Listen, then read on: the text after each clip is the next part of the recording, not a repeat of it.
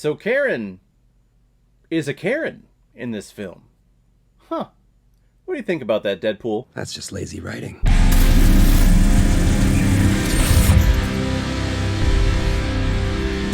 Karen, released in 2021, and it's directed by Coke Daniels, who's also directed such films like Gangsta Rap, The Glockumentary, Busted, Highway, and Fruits of the Heart. And this film is starring Taryn Manning, Corey Hardrick, Jasmine Bick, Roger Dorman, Brandon Sklenler, and Gregory Allen Williams. And the reason why we're talking about this racist piece of shit today is because it was a PayPal recommendation and donation from a longtime contributor and supporter of this channel, Dr. Camp. Again, it's part of your bundle that you sent me, so I'm getting through it. I think I'm the majority of the way through. I don't know, we'll see. But if anyone else out there also wants to be like Dr. Camp and help support me and contribute to this channel, you can select the QR code that is in the bottom left corner of your screen right now. Send over your donation with your movie recommendation, and if I have access to it, I will watch it, review it, and give you a little shout out, just like what I did with Dr. Camp here. Imani and Malik are a young black couple moving into an upscale white neighborhood, and they soon find out that their next door neighbor, whose name ironically is Karen, starts being a major Karen about their existence in the neighborhood. So Karen tries every method that she can possibly think of to get this black couple out of her predominantly white neighborhood so that she can live happily ever after. Yeah, this movie is about a couple of racists and a black couple who is just looking to live in a home somewhere,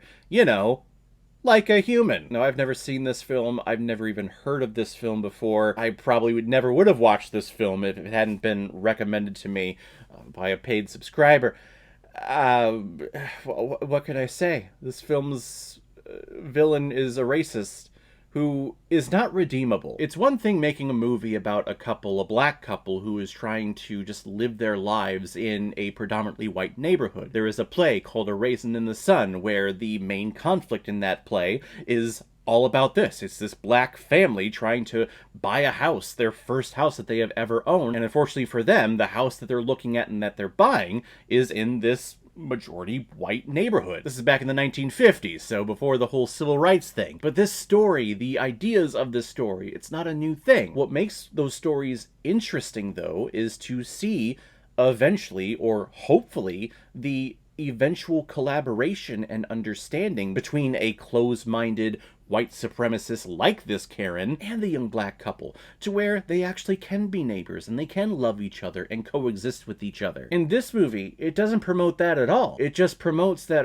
if you're a racist, you're just going to be a racist for the rest of your life, and there's no redeeming you, so you're just going to do bad things constantly. And I don't necessarily believe that, because racism is a choice. Being a closed-minded person and not wanting to broaden your horizons or to accept other people for who they are and what they believe in, that is a choice, and it's a bad choice. Being racist is not something that you're born with. Being racist is the product of you coming up in an environment of other racists. But there's always a chance for reformity. There's always a chance of taking back those terrible ideas and changing them and turning yourself into a more open and acceptable person. This character of Karen in this film is not redeemable. She is surface level. She is flat all across the board. There is nothing to her. She hates black people because something bad happened in her childhood and she's hated them ever since. And we're like, really? Really? That's all the layers that you're going to give us. I feel like this story would have been more emotionally impactful if they had this Karen character who was this racist, who was torturing and psychologically torturing this black couple that moved in across the street. But then through learning and understanding, she was able to reform herself into not being a racist and to be accepting of other cultures and people of other skin colors. But no, they just try to make this a thriller that is just not good. It's not good thriller storytelling. Her brother, who is a racist cop who plants marijuana on Malik in his car. It's not funny. I'm just laughing at the laziness of the writing of this movie. And it's not just the writing for Karen and her character. This black couple that moves in across the street, the writing for them is not great either. They're trying to have a baby, and then they get into a small little fight one night, and she mentions how, he's doing community service work, and yeah, doesn't pay much. I mean, you're doing all right. Excuse me? He's doing community service work? He's helping young people out? Yeah, it doesn't make a lot of money, but He's doing something rewarding, and if he's happy with that, and if you're married to him, you should be happy for him. Where the fuck did that comment from? Like, you do all right. Okay, what the fuck are you doing? Oh, you blog all the time? Okay, please tell me how that's better. Oh, you're blogging. I guess you do all right. That would be the immediate thing I would say back, and then it would be this whole fight going back and forth.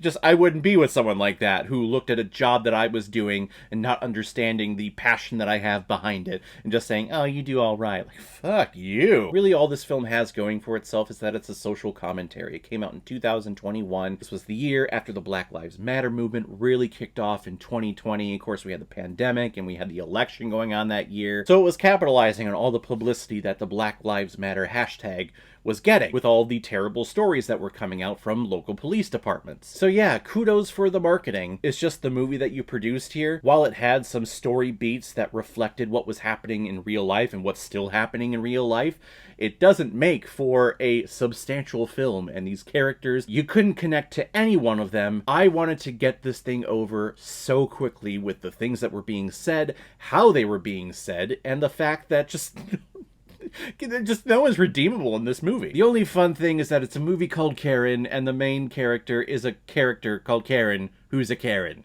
Right? That's funny. Not laughing. I'm gonna give Karen half a Blu-ray. No! No! So guys, have you seen Karen? What did you think about it? Better yet, you probably haven't seen this film. What's your best Karen story that you've ever experienced or that you've ever seen? Whatever you thought, comment below and let me know what you thought about it. And as always, if you like what you see here, if you like my take on movies, then hit the subscribe button and make sure you hit that bell. See you all the next time I'm releasing my next movie review. So guys, I will see you next time on the channel, but in the meantime, be well, be good to each other, and go watch a movie. Take care, guys.